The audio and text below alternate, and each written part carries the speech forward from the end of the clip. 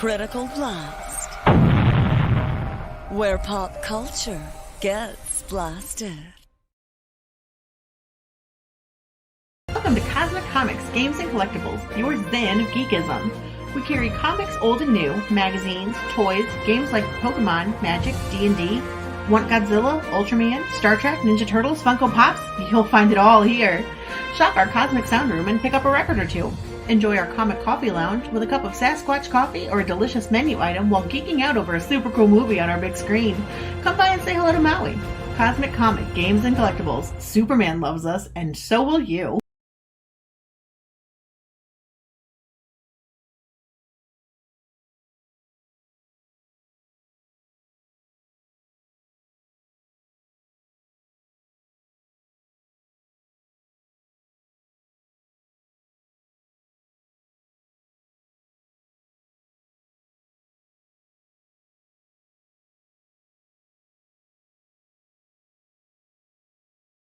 And good evening, everybody. I am RJ Carter, Senior Managing Editor here at criticalblast.com, where pop culture gets blasted. And tonight we are taking another look at crowdfunded comics. This one is a bit different than some of the others we cover because this one actually springs out of a comic book you might have already read back in the day. This is, it's a springboarding out of something you found in your local comic shop, something called Packins Land. And we have with us tonight the creator of Packins Land and, of course, Titan, Mouse of Might, Mr. Gary Shipman. Gary, thank you for joining us tonight. How you doing? Thank you for having me. I'm doing very well. Man, that is one great-looking mouse that you have there on your board. Gary's got the fancy setup screen here, so we're going to be in for a treat of some artwork here tonight. I guess the first thing I want to know about Titan is when did you come up with the idea for him? I mean, was he always going to spin out of Packins Land and then the series stopped, or? Years ago, like I did Packins Land like maybe 25, 30 years ago, long time ago, and the very first page of Packins Land, it shows a character in a library. All you see is sort of their torso, or you don't see their face, but they're in a library and they reach up on a bookshelf, and up on the bookshelf, you see a bunch of titles. One of them is Packins Land, and one of them is Mouse of Might. And so from the beginning, I've always wanted to do a Mouse of Might. I didn't know his name was going to be Titan. We figured that out like maybe 2 years ago when we started doing it, and all the things kind of have fleshed out and come together. But he is a character from that world. He's in the same universe as Packins Land. So the stories do mesh together. So far it's going to be a 3-volume series. They're all 68 pages long. So it's about 9 comic book issues. And when that's done, by the time it's done, we're going to merge the two worlds of Titan and Packins Land together. So even from the very beginning, you'll see some Packins Land characters in there, like some flashbacks, things like that. But by the time we get to the end of Titan, we're going to see a fully meshed worlds, So the last one is going to be called Titan, Mouse of Might, Worlds Collide. So that's our working title right now. Yeah, and I should point out that his name literally is Titan. That's not like a costumed identity name, right?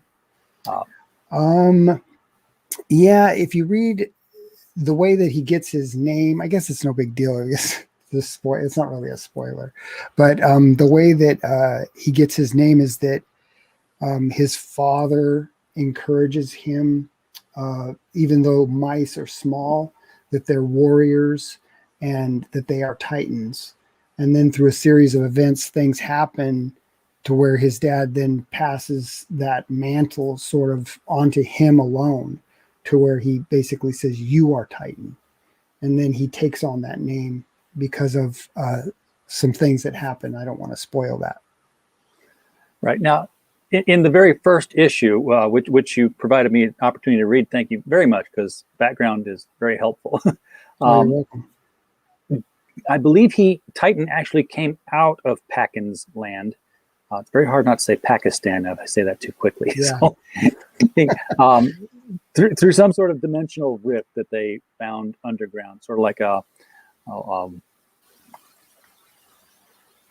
sort of like a Phil Schneider thing, the guy who was always talking about the underground military bases that he dug in New Mexico, and they found an interdimensional rift and aliens and stuff. Titan actually found one when he was, Right. sort of enslaved and put to work, and that's Right. how he gets to the world he's in now. Is the world he's in now supposed to be our world, or is it another sort of another mixed anthropomorphic world of creatures? No, it's our world as much as it can be. It's a comic book, so it's a comic book adaptation of our world. Okay. But yeah. So when worlds collide and we go to Packins Land, he's actually going back to Packins Land at that point. Right. I think this is sort of interesting. The way that Packins Land starts is that a boy from the human world goes into the anthropomorphic world of talking animals, and in Titan comes from the world of talking animals into the human world, so it's kind of like they mirror one another. So Yeah, I thought that was kind of interesting. that is cool. And what I like about what I've seen of the work so far is that the Packins Land anthropomorphic world is it's not your Captain Carrot, it's not your Banana Splits. They look like the real animals. It's more like a Watership Down kind of thing. Yeah. I mean, it's not hyper realism, but I tried to be rather serious about it. And my approach with Packins Land way back when I did it was that I wanted the boy Paul, I wanted to do him sort of a little bit cartoony, so that when I did the animals, I would try to make them more realistic, so that when you look at him and he looks a little bit, just a little, it's just, I guess, basic comics. Then when you look at the animals, not that I'm doing hyper realism, but just a little bit more, so that it's like, okay, these are real animals. That's what I'm trying to portray, that taking a more of a serious look at that kind of a theme, I guess. Yeah. Now, of course, as every time we see Titan, almost every time, if we're in flashback, then no, he's wearing a costume, and I question, if he's in the human world, who's he disguising himself from? I mean, why does he wear this uniform, which is obviously a familiar looking homage of sorts? Yeah, it for us it looks like our favorite flying rodent, Cape Crusader. But he actually takes on the character. There are his arch, like his breed or his kind are basically food in Packins Land for a race of beings that are called dark flyers, and he basically takes on the form of a dark flyer, so it makes him, and they look like bats. I have a piece I can show you somewhere, probably.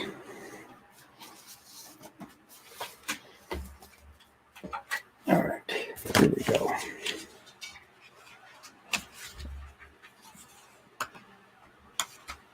All right, so here's him having a flashback. And so here's a dark flyer. Oh, wow. Yeah, there's nothing cartoony about that. Yeah. So he takes on, and in fact, I'm trying to work the story to where the material of his costume is actually made from like the wing of one of these dark flyers. So okay, that takes it dark. Yeah, it gets a little dark. So Well, you have two Indiegogos going right now for Titan, and we're going to take a look at both of them. The second one won't take as long because it has fewer tiers. But you have a video on this one, so we're going to give that a play. I hope to goodness you know what, just to be absolutely sure, because I am probably the video. I haven't made videos for my campaigns, but sometimes people will give me a video, or sometimes I'll just put a video to my YouTube channel on there and I'm talking about it. And so sometimes it can be lengthy. So you may not want to. Oh, okay. Well, then watch it. Then never mind. Right. We'll pass on that. But this second volume here, which is basically what you would call floppies 4, 5, and 6. What you're looking at there is How the Mighty Have Fallen. There are floppies if people are into that, but it actually is collected into a hardcover volume, and it's oversized, so it isn't traditional comic size. So, but I give the option of, if people like traditional, perfect bound comics, there's that option. But then there's also the hardcover, and then there's a deluxe hardcover, which has like back matter and stuff like that, fan art and different things. Yeah, director's cut kind of thing. Yeah. So when you say oversized, you talk like a magazine size, the A4, or I can show you. I have here.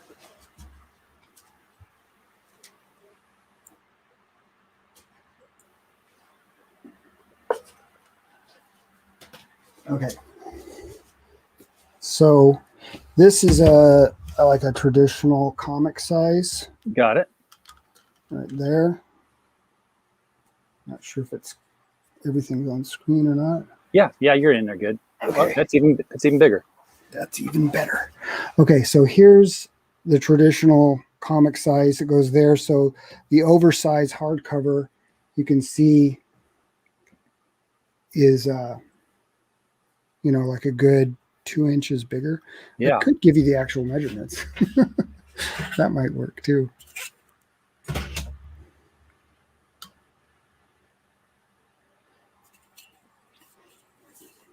It's a big book.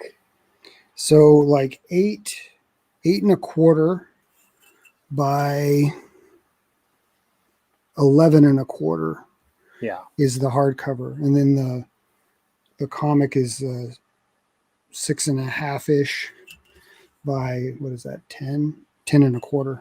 Yep, that sounds about right. So there's the hardcover, and this is the deluxe edition, which is like twice as thick. Yeah. And it has like a foreword by Doug TeNapel and things like that. Now, obviously, these are hardcovers of the first volume because the second one's not done yet. It's correct. Yes. And when I say not done yet, I mean the campaign is still going on. Where is the actual production at in terms of percent complete? We are like 99%. I don't know, complete almost. I have basically, I just finished the last of 3 pages, so I have 2 pages to do. I might have a little bit more to do on that, just a little bit more detail. But then I have 2 more pages to draw, and then that campaign, that project is done. And then we're gonna move into the editing part of it, and then it goes to the printer. And so we're seeing the light at the end of the tunnel. Now you've had a lot of success with getting the backers. What was your first campaign? Was it Titan, or did you have something prior to Titan that you cut your teeth on? The very first campaign that I ever did was for a sketchbook. It was for 2000. 18 sketchbook. And what I did is I talked with people, because I have a YouTube channel, and I talked with people that are on there, and I said, the money that we raised with this sketchbook, I'm going to put right into the next project, which turned out to be the Packins Land Omnibus, which is 515 pages, hardcover, same size as those Titans hardcovers. And so then probably the second campaign was the Packins Land Omnibus. And then I probably did another sketchbook. And then Titan #1 came out. So I've done quite a few campaigns. I mean, maybe, maybe a handful or half a dozen. But not all of them are for a comic book. That is what I meant too, of course, was the comic book stuff. What is it like as an independent creator doing crowdfunding as opposed to when you were an independent creator going through Image and setting things up to go into the local comic shops and such and enter the distribution system? Well, when I did the comics and I had like a publisher, first we had a Caliber Press, and then they had an imprint called Tapestry, and that was back in, I think, wow, what year was that? I want to say 95, but yeah, it was. But then the last actual comic, like floppy comic that I did, was through Image, and that was the last issue of Packins Land. And then everything kind of stopped. Caliber went under, all this different stuff happened. I tried doing it on my own,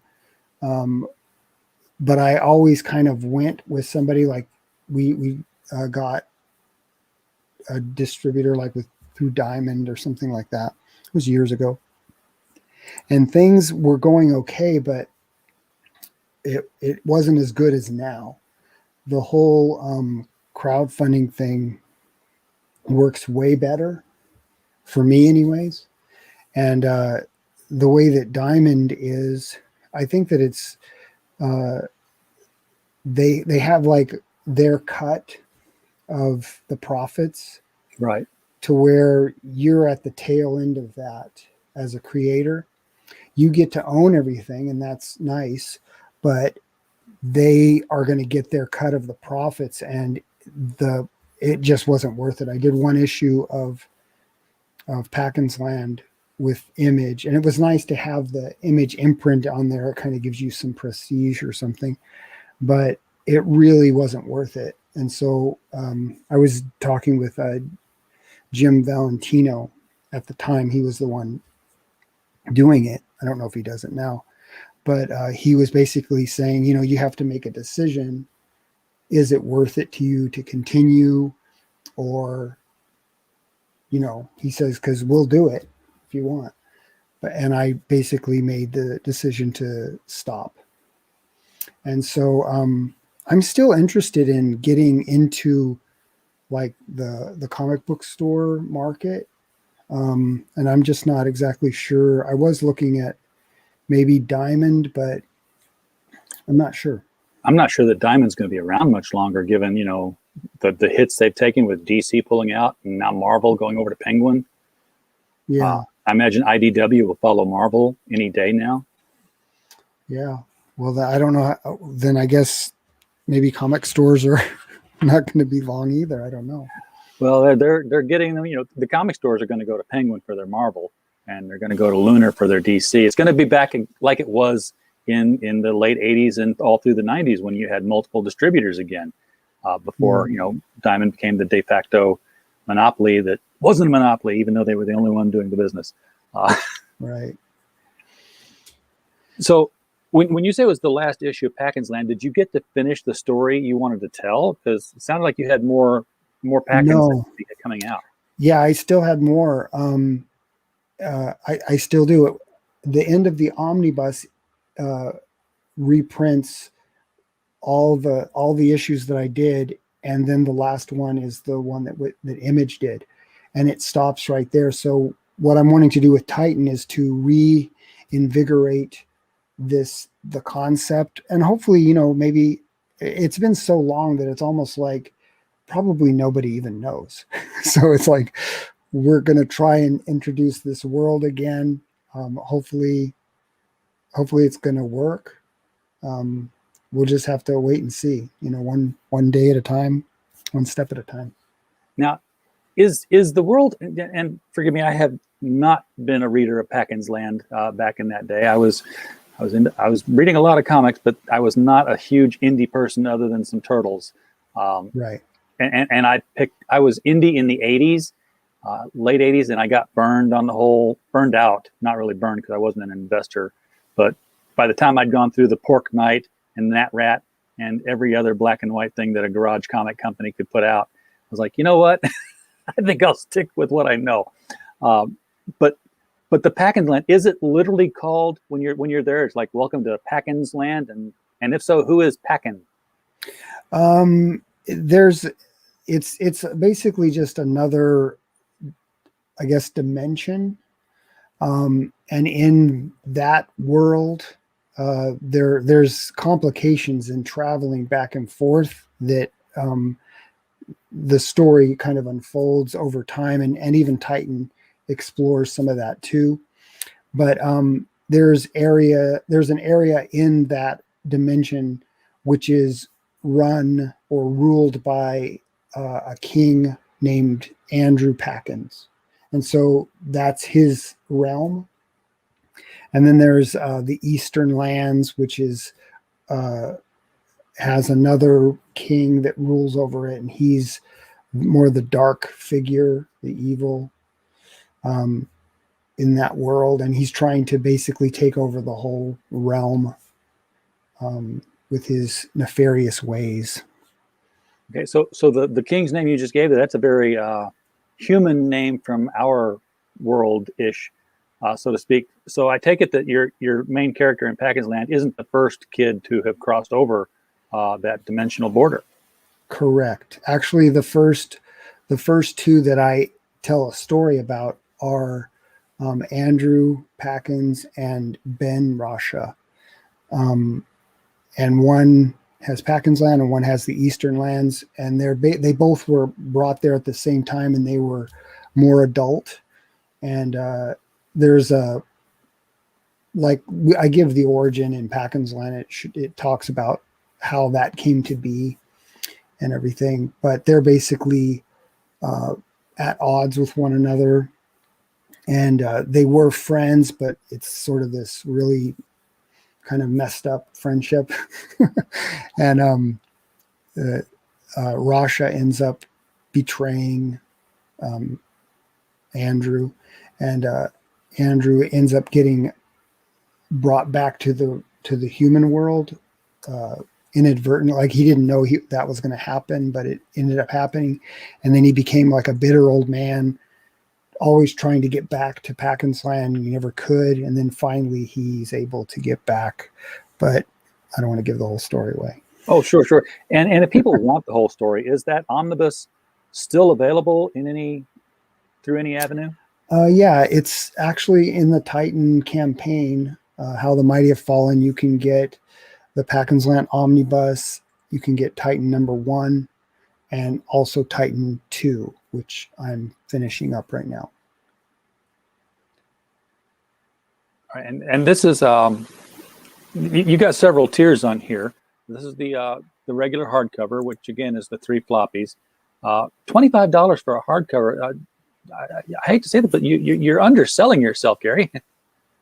Oh, well, I'm trying to make it affordable for people and everything. So yeah, that's extremely affordable, and it's $25 for the one that they missed if you want to go back and get issue #1. So $50, 2 hardcovers, folks. So that's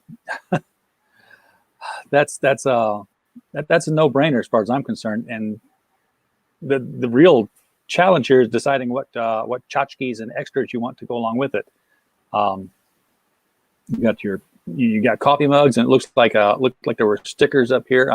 scrolling back and forth, up and down. I know. Don't get seizures, folks. Yeah, holographic stickers and patches. People love their patches. The patches actually come. We just got our Titan 2 patch in, and that was like a stretch goal. So anybody who backs, well, I can just put it right here, right on his head. Oh. Anybody who backs will get a patch automatically. I think there is a perk. Yeah, you got the perk right there with the swag, where you can get extra ones if you'd like.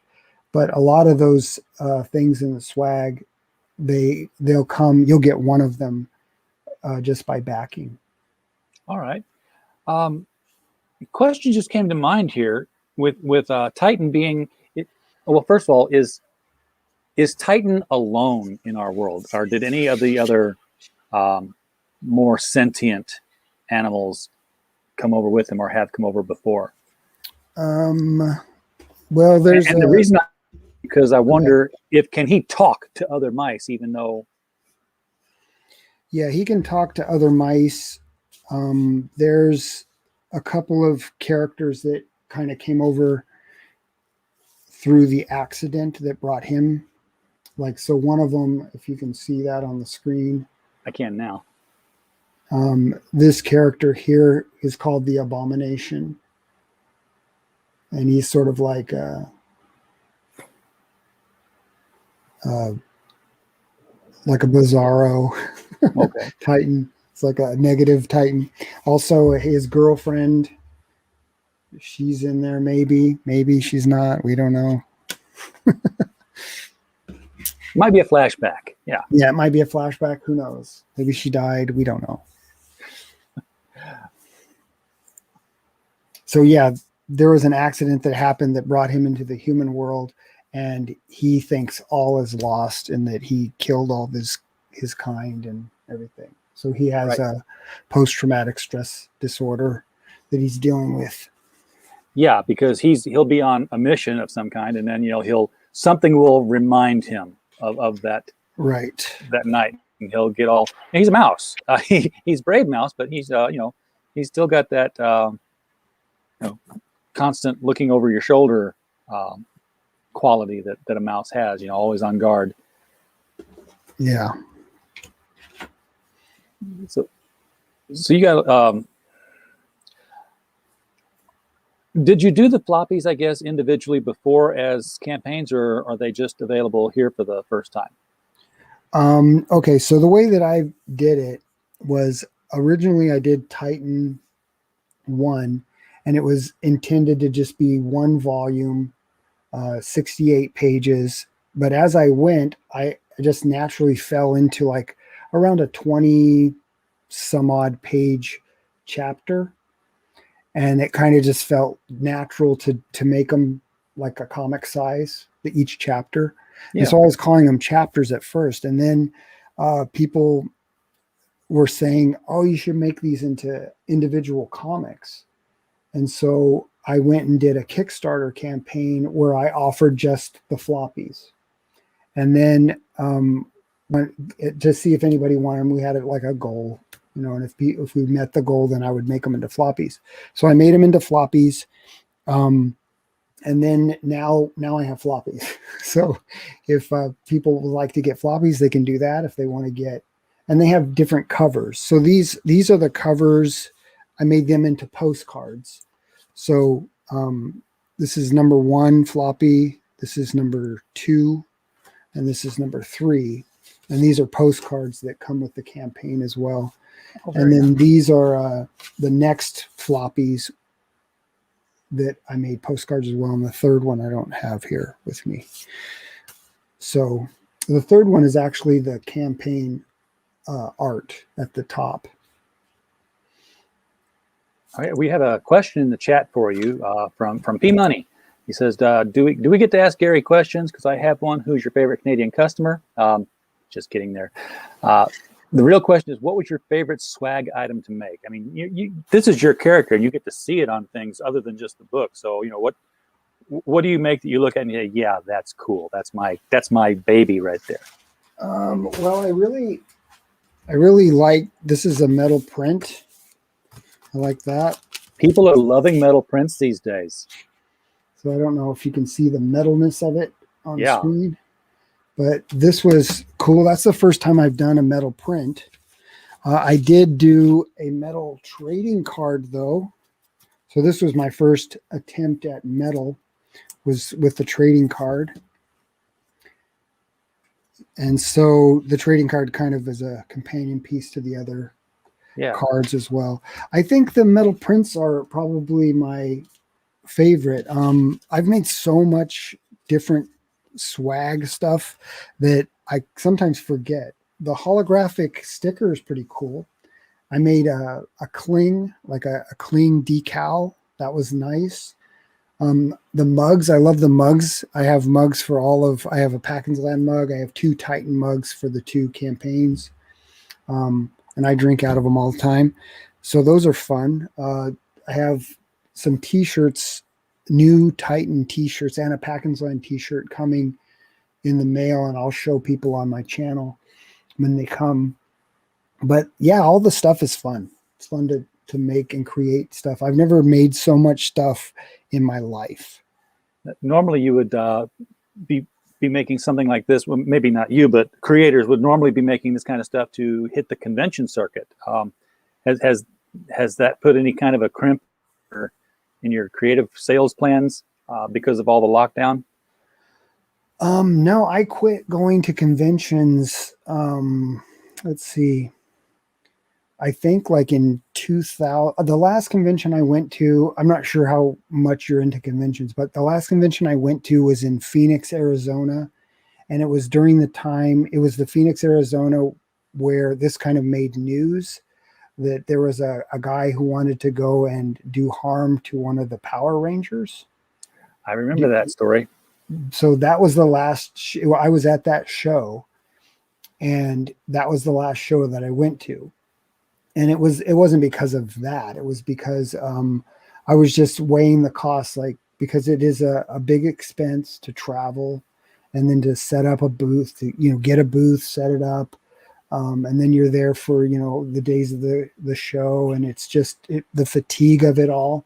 Yeah. And it's like, is it worth it? And so then I did like an experiment and to see, can I make enough money in a weekend at home, just working from my studio. And I did. And so I was like, there's no reason for me to do this, because no, you don't have to spend the money. Yeah. I'm breaking even sometimes. And then I can just stay home and not have to pay for a table or whatever. Yeah, that was the Green Ranger, Dark Admiral March Hare, Right. that was part of that story. I never figured out why, but then again, with crazy people, how are you ever going to figure out the why of anything? It's just what he wanted to do. Green Ranger was his Jodie Foster. So yeah, it was weird. Young people in the audience going, who's Jodie Foster? What's Jodie Foster got to do with this? So the link for this campaign is in the description of the video below, by the way, folks. If you want to get in on this and get your copies, for $140, you've got both hardcovers and the Packins Land Omnibus, which is also hardcover. Yeah, and the omnibus is a beast. It's 515 pages. You could hit a burglar on the head with that and defend your house, because he'd be out. Yeah. But you have another. There's more going on down here, so I'm going to just keep going. So you got some fan art you've been putting up here. Are these appearing in the book, or are you just putting these on the campaign page? No, they're going to be in the book.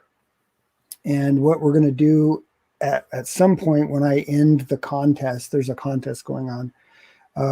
I'll do a live stream and we'll have people vote on their favorite. And then the winner, I'm going to make their artwork into, there's some choices there, either a bookmark or a trading card or a sticker or something that everybody will get in the campaign as well. And it'll be up to the person who their piece, the fan art that wins, they'll get to choose which one they want. Very cool. So now, One of the things I haven't And all these pieces will be printed in the deluxe edition of Titan 2. Nice. One of the things I haven't mentioned here is that while Titan is a smart mouse, he's he can talk. He's got the intelligence of a human being, basically, because he comes from this anthropomorphic world. He's also super powered. I mean, in issue number 1, he can get through a spinning fan because he just grabs the blade and it just crunches it in his little paw and stops it. This wasn't the case before he crossed over, though, I believe, right? Correct. So something happened in the transfer that made him into this very strong mouse. Yeah. And there's nefarious people in the human world that are trying to capitalize on his ability or whatever it is that makes him super powered or whatever, have these abilities. There's a unique element that they're trying to tap into, and that's where the abomination comes from and things like that. Because just that's what would happen to anybody who was super powered in our world. We're going to take you apart and find out what does it. You've got this 3D sculpt. This is a different 3D sculpt than what was above, or is it just painted? That one, I hand painted that one. Okay, so this one's a 2-inch, $40 sculpt, and this one is a 3-inch, $100 sculpt, hand painted by the artist. That just looks cool, though. It's a really cool design. Yeah, the person who did that is Jamie Ramirez, and so he brought. I have them all right here on my desk. So here's the. Let me move this out of the way, and let me clear off some of this stuff too.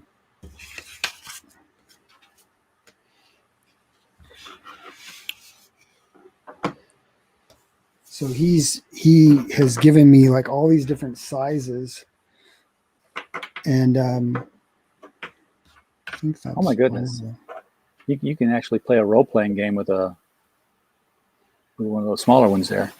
Yeah. So I was thinking about if we were to keep going with this, just as an idea, is to maybe with probably this size here to make a chess set would be cool. Very nice.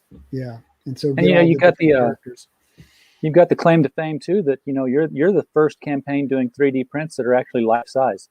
Oh yeah. Well, because he's a mouse. Right. Actual size. That's right. It's actual I'm size. not sure which one is actual mouse size. Probably is this.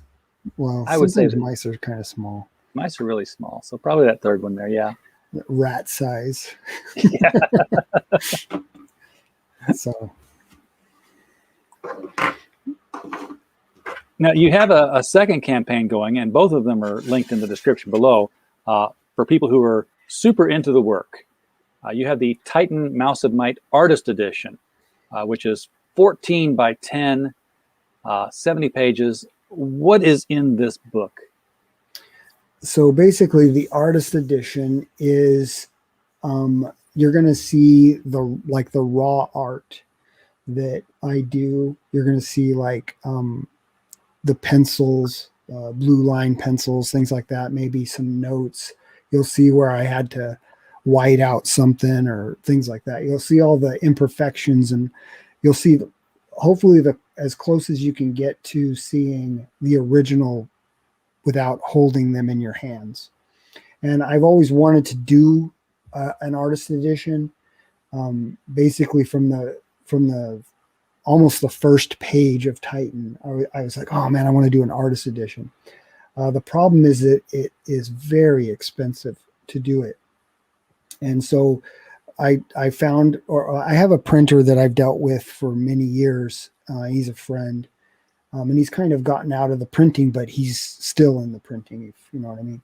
But he was able to find me a printer that could do it for the amount that we've been able to raise, the 2,500 range. But it would be a slightly smaller than actual size. So it's a 10 by 14, instead of 11 by 17. Okay.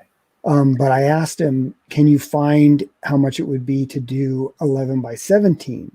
Because, who knows, maybe we'll make enough. So he came back the other day with numbers. I put it in the campaign as a stretch goal.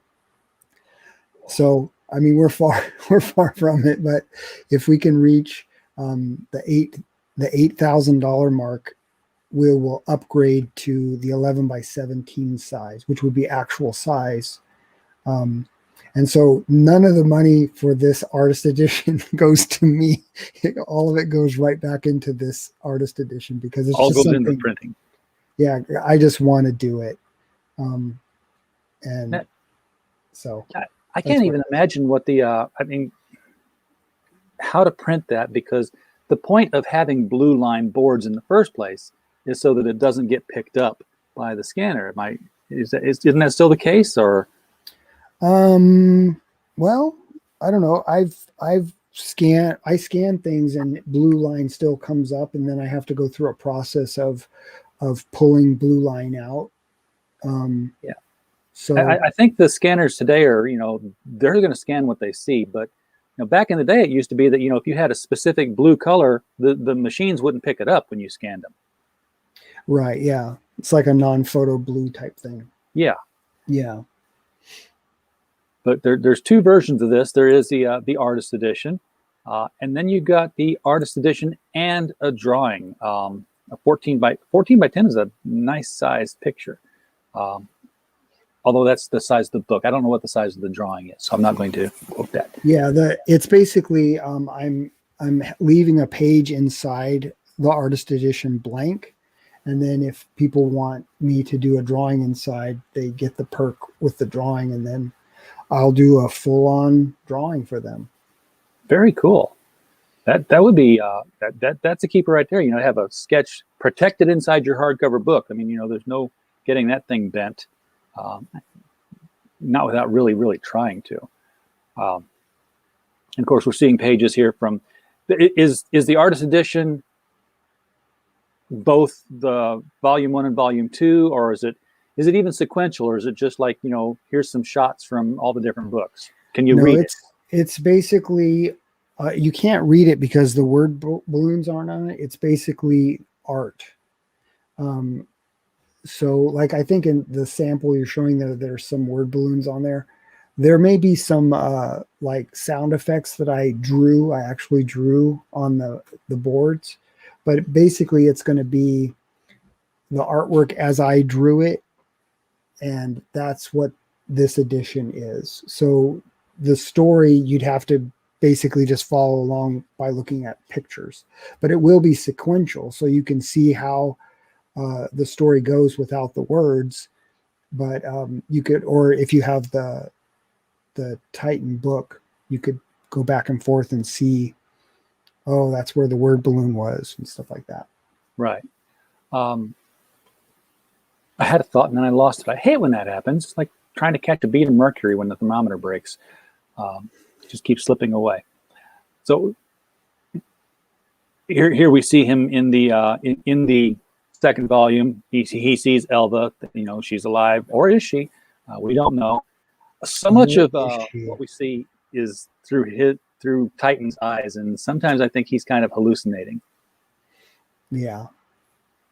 Yeah, and I don't help matters much because in some ways, like when I did Titan 1, I was really concerned about am I saying too much, because I don't like it when people, or creators I should say, people are writing a story or even in a movie and they just spell it all out for you.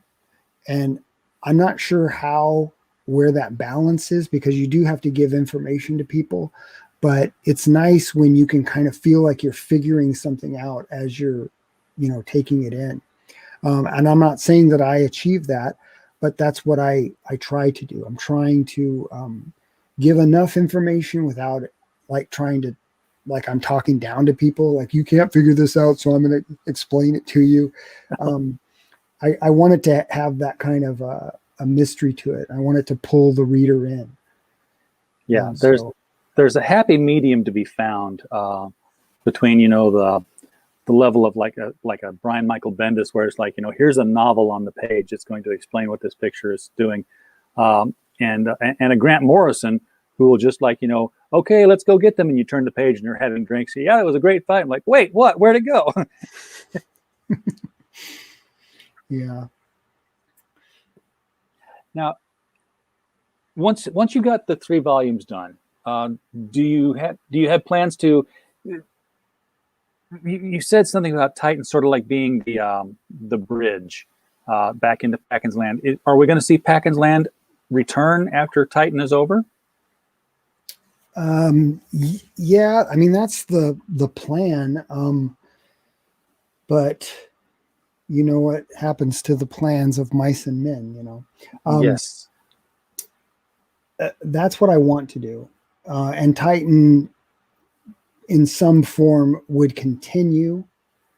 But I just things are so just the nature of things are so unsteady that it's hard to make an ironclad boom, this is what it's going to be. But the plan is that I'll be doing more Packins Land stuff. In fact, I have some new Packins Land pages somewhere around You're here. planning ahead. Well, I started these before I did Titan, and now I can't find them. What is this thing? Uh-oh. Avalanche.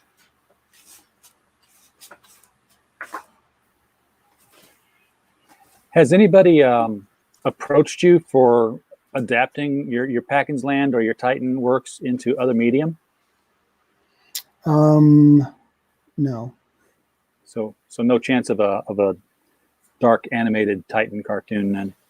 Well, people have said things, but then things don't always pan out that way. You know, like, I mean, at one point a friend of mine and I were pitching Packins Land to Sony, to the Jim Henson Studios, and there was another one, I can't remember what it is. I think we went to Nickelodeon. So at one point, Packins Land was out there. We were trying to get it made into an animated, either one-shot movie thing or a series, but that was years ago, and that kind of just went by the wayside.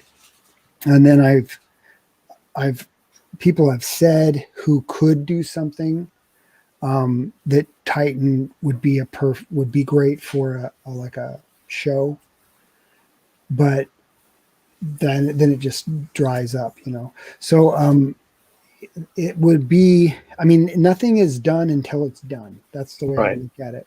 And so and I've also found that whenever I have whenever I rely on other people to do to my things for me, like either a publisher or anything, it doesn't work. They don't seem to handle it right. It always falls through. And so that the saying that if you want something done right, do it yourself. Yep. Seems like it applies to me. But yeah, so I don't know. There's nothing right now planned, but that doesn't mean that I'm not willing or wanting to. I mean, I have I think in the Titan, How the Mighty Have Fallen, there's a perk down at the very bottom as a joke. Kind of like, if we reach this level, we're going to do an animated series. And it's like, I don't know, $1 million or something. Let's hit it. Let's aim high. You do have a lot of tiers here, but a lot of these tiers are original pages. So, you know, you can only have, you know, one and done on each of those. And I can't believe that some of these aren't claimed yet either.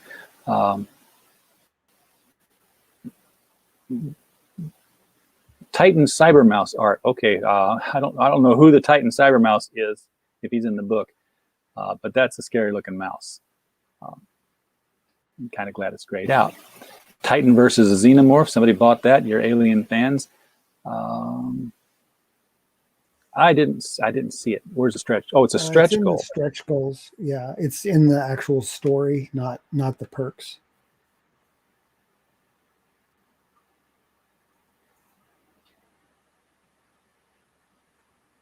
$500,000. See, it's not a million, Gary. That's already, it's half of that now. Yeah, $500,000. $500,000. Will do Titan it. Mouse and Might animated show. There's a lot of animators among the crowdfunding folk here. Some of them who have worked for places like Nelvana and DreamWorks. I could see a crowdfunded animation show, at least a movie, if not a series, coming out of something that people are doing within the next 5 years. I bet they'll have something like that.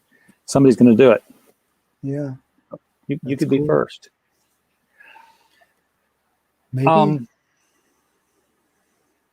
It seems like I wanted to ask them about Packins Land, and now I'm thinking, well, no, I think I just asked that.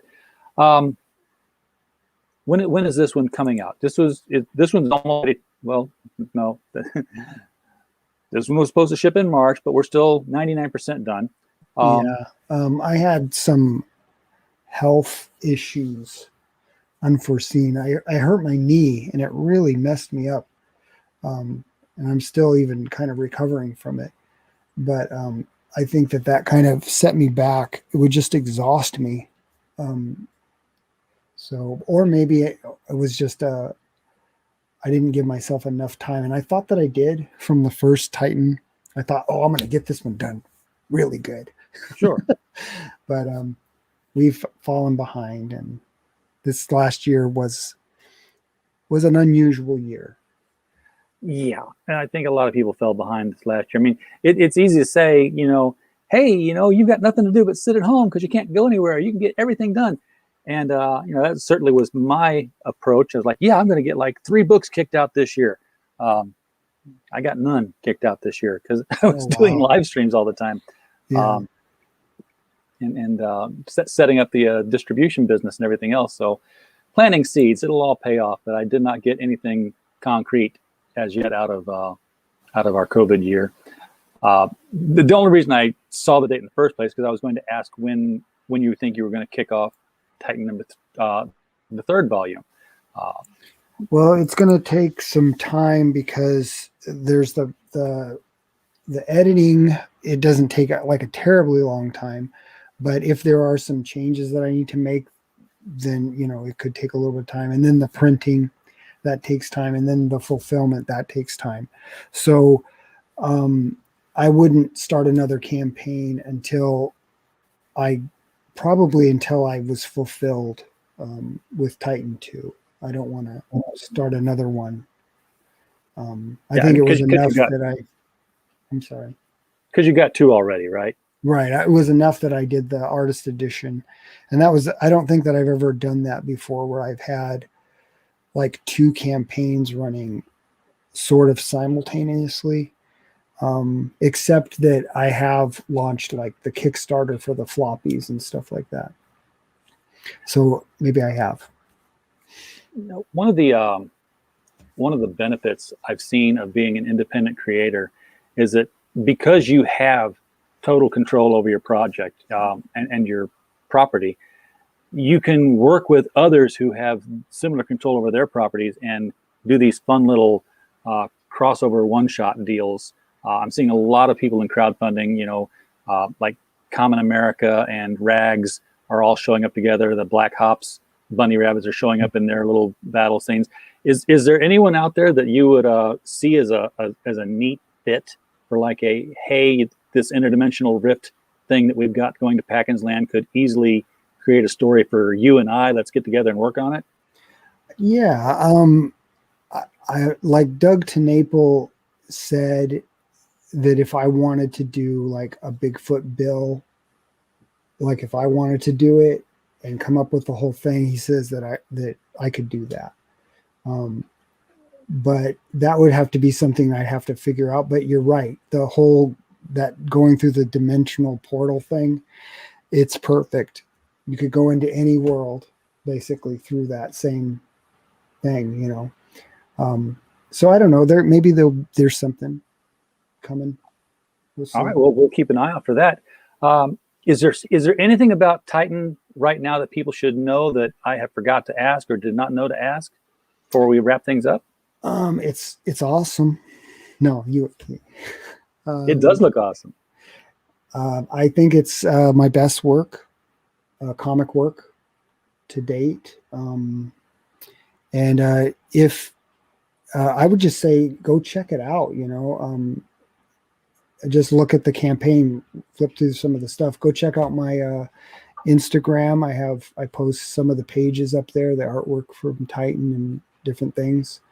And you know, follow me on. I have a YouTube channel, Gary Shipman Art Studio, where I've drawn a lot of Titan in live streams, but I just haven't done the last maybe 10 pages or so because I don't want the ending to be a spoiler for people.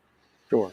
So, but I am still doing live streams, but I'll just put like a pre-recorded drawing in there at the same time. And Arlene says that I'm ignoring them, and I'm not. I'm not ignoring you guys. So what do you talk about on your live streams when people are tuning in? Because now we've talked about Titan for an hour, and I don't know. Can you talk about Titan every time and have it be new material, or do you get into things like, you know, and today in comics we saw this happen and we saw these people do this and this came out? Is it more general discussion?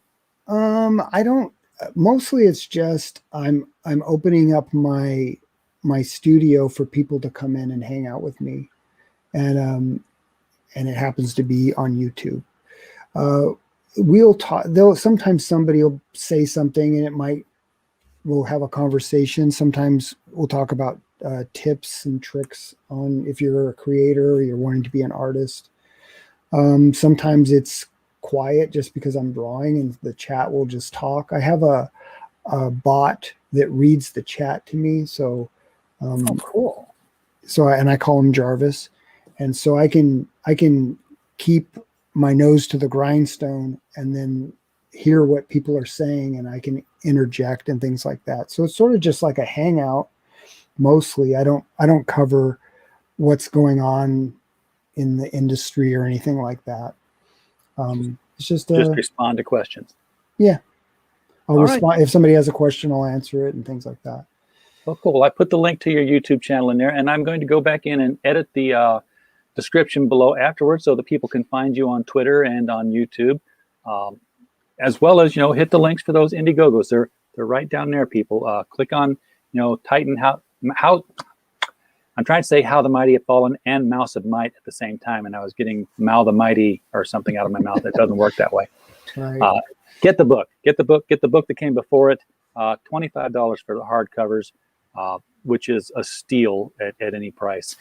You're paying you were paying $25 most of the time for a 48-page floppy in crowdfunding. This is going to be closer to a 60 to 65-page hardcover. Already got more pages and higher quality and larger size. So there's nothing. Yes. Nothing should be holding you back on this. Actually, 68 pages. I still underestimated it. So a lot of pages, a lot of book, a lot of story, little bit of money. So jump in on that. And you know, you're shipping from the United States, Gary. So it's not like they're buying from Canada, where it would cost you like another $30 in shipping or something. Except for P Money in the chat. He's from Canada. Well, we can't help that. Right. All right. Well, Gary, thank you so much for coming on the stream tonight and sharing Titan Mouse of Might with us all. Would love to have you on again sometime when the next book comes out, or when you do Packins Land, or, you know, just to maybe even join us every other Saturday night when we do the LCS guys and we have the shop guys come in and talk comics from the retailer perspective. We love to have creator guests pop in and just kind of hang out, drink, well, sometimes coffee. It's because it's a night show, and talk comics. I'd like to know how to get into the comic book market. Well, I'll tell you one of the things that we're doing as Critical Blast Logistics. Yeah, it was just kind of we start off as a website, Gary, that did reviews, and then we just kind of like spun off all these tendrils. Now that we had the website, then we started doing the YouTube channels, and now we're doing the drop shipping and the distribution, or the fulfillment rather, where people send their books to us and then we distribute them in the U.S. at a cheaper mailing cost. But the offshoot of that is that we're going to have overshipments hanging around, and I have contacts for almost every U.S. comic shop, and I'm going to start. wow. I'm going to start contacting them when I have the inventory. Say, hey, I have overstock of this list of books. They were crowdfunded. Most of them were imported, limited print run. How many of them do you want? And oh, by the way, not like usually when you get a crowdfunded book, you can get all of these a la carte in one box, packed tighter than diamond will, and sent to you for one shipping cost. And then I'm going to, because that is the end goal, no matter how many people say, hey, the industry's dying, crowdfunding's the way to go. Not a one of them out there would not love to see their book in a store on a shelf next to Batman and Spider-Man. Yeah, definitely. Yeah, we're going to have to talk. We can do that. You know how to reach us. We can talk offline if you want, Okay. but that's a discussion for a later time. Right. Folks in the chat, thank you so much for popping in here. We don't have a show without you, and we definitely appreciate you showing up and listening to me as I make a fool of myself in front of very fine guests that we bring on. We do hope that you will click the link that goes to their campaign and back their book. And if you're so inclined afterwards, do the whole click the like, subscribe, smash the buttons, whatever you want to do. Up or down, I don't care. You rate me honestly.